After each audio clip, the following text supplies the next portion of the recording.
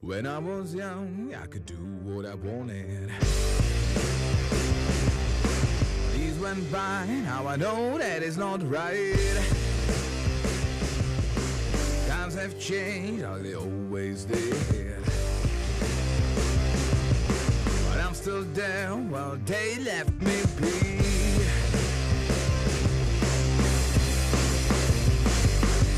I hear them calling, what's my name?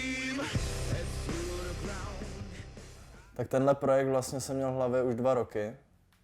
Napadlo mě to ve chvíli, kdy jsem se pokoušel o olympijské hry a nominaci a vlastně stál jsem před tou myšlenkou, co je vlastně podstata těch olympijských her. A vlastně zjistil jsem, že to všechno není tak pěkný, jak se to na první pohled zdá.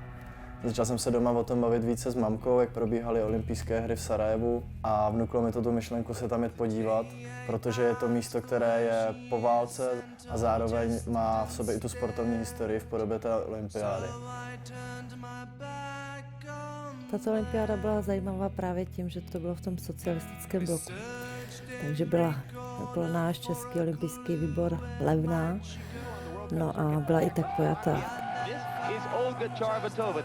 She's in there for a medal, and that's quite unusual because nobody from her country has ever done that before. Finished 8th in time on the left. That still wound up in 8th place. Time on the left. Musím říct, že oni nás tam opravdu brali, že jsme od nich, jsme slovanský národ a dokonce, když jsem zajela ten výsledek, tak vojáci, kteří pracovali na trati, kteří odklízeli sníh, tak na mě pokřikovali, ty jsi naša, ty jsi naša. Jo, takže to bylo také pěkné. Určitě by se něco takového někde jinde mi nestalo, ale v tom Sarajevu to bylo tak, že nás brali, že my jsme jako od nich.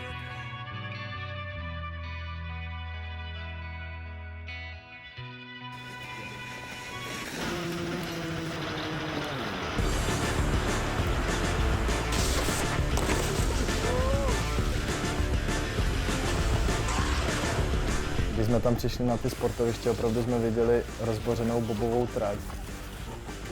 Tak jsem si úplně říkal, proč se to nevyužívá.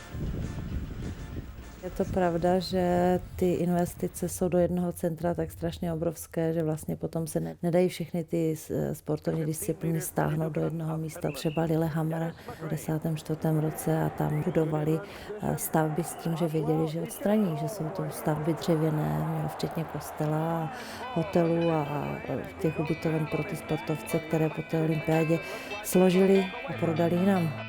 Úplně to vyčistili, tu přírodu.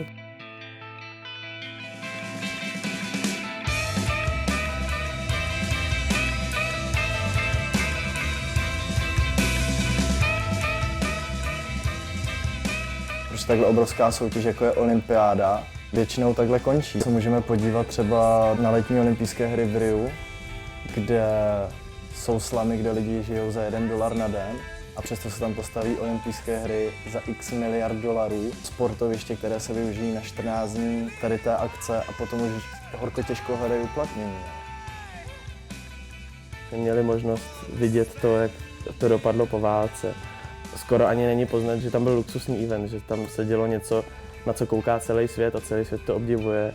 A teď vlastně jsou to všechno ruiny, trosky, rozstřílené, rozbombardované prostory, které dřív byly krásné a všichni je obdivovali. Když jsme se dostali informacím a fotkám z doby války, tak mě dost překvapilo to, že nerozdělovali vůbec na to, jestli bojují s vojákama nebo ne. Lidé si tam dělali štíty vlastně proti odstřelovačům, které byly v podobě různých dek navěšené mezi barákama, tak aby snajpři neviděli skrz ulice. Tam je téměř tolik čtvrtí, co tam je i hřbitovů na první pohled.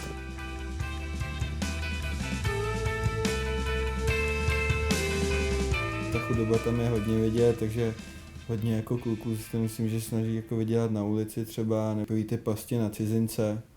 Si myslím, že tam toho je spousta.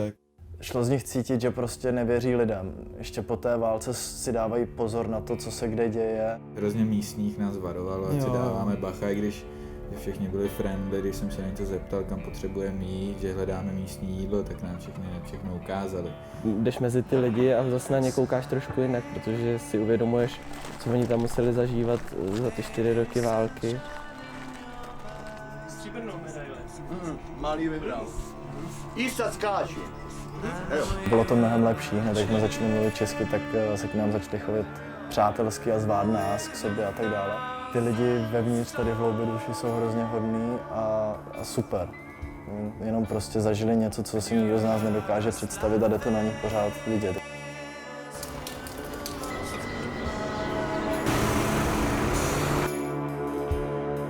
No,